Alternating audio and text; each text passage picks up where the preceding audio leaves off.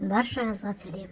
Бүгін сіздермен 3-ақ заттан тұратын осындай үй жағдайында дайындалатын сырдың рецептімен бөлісетін боламын. Менімен бірге дайындап көріңіздер. Алдымен таза ыдысымызға 4 жұмыртқамызды салып, 4 ас қасық дүкеннің қаймағын қосып араластыратын боламыз. Біркелкі масы шыққанша вилканың көмегімен, не болмаса венчиктің көмегімен араластырып біркелкі масы дайындап аламыз. Менің каналыма тіркелмеген болсаңыз, тіркелуді ұмытпаңыз.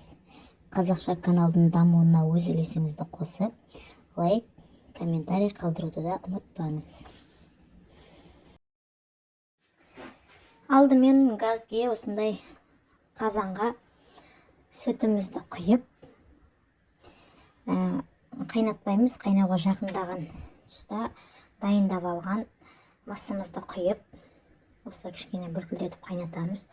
Өзі осындай массаға айналады, ірімшік болып.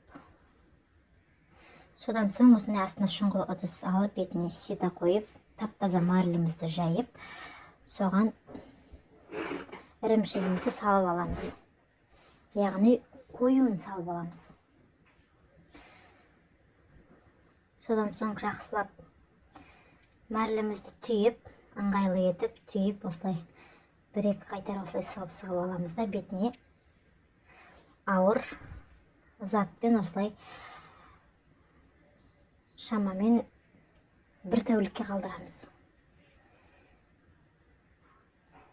Менің ірімшігім, сырым 1 тәулік тұрды. Осындай міне өз формасын өзі ұстап тұр.